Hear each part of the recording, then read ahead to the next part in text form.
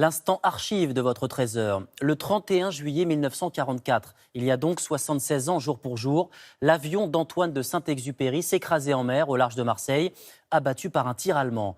Ainsi disparaissait l'auteur du Petit Prince, chef-d'œuvre qui allait devenir un succès planétaire. C'est notre séquence dans le rétro avec Anne-Charline Lambard. Il est un peu plus de 8 heures lorsqu'il décolle de la base de Borgo en Corse. Antoine de Saint-Exupéry part à bord d'un avion américain comme celui-ci. Ce 31 juillet 1944, le commandant Exupéry effectue une série de photos de reconnaissance au-dessus de Grenoble. Il prépare le débarquement en Provence, prévu 15 jours plus tard. Seulement sur le retour, les heures s'écoulent. Saint-Exupéry ne revient pas.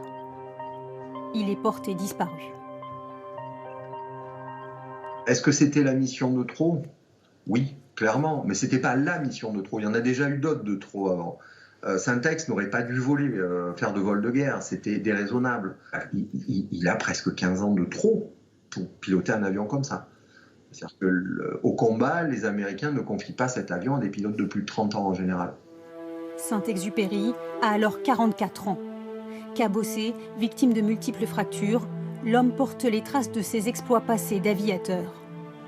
Pilote militaire, il rejoint l'aéropostale, découvre les voyages au long cours, l'Afrique, ses déserts, puis l'Amérique du Sud, avec la cordillère des Andes. Des aventures qu'il raconte dans des livres comme Vol de nuit ou Terre des hommes.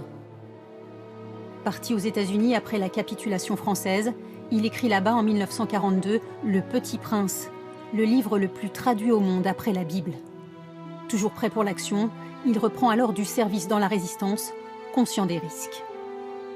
Parce que Syntex parlait du futur, il lui dit « Mais vous imaginez tout de même pas qu'on va survivre à la guerre ?» Et il disait « Moi, j'ai gagé ma vie dans cette aventure, mais je l'ai gagée perdante. » Certains y voient les signes d'une dépression et d'un possible suicide.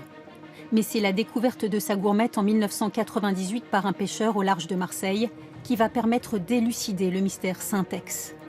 La recherche de l'épave de l'avion est relancée. Luc Vanrel l'identifie formellement en 2003. Il va même retrouver en 2006 le pilote allemand qui a tiré ce jour-là.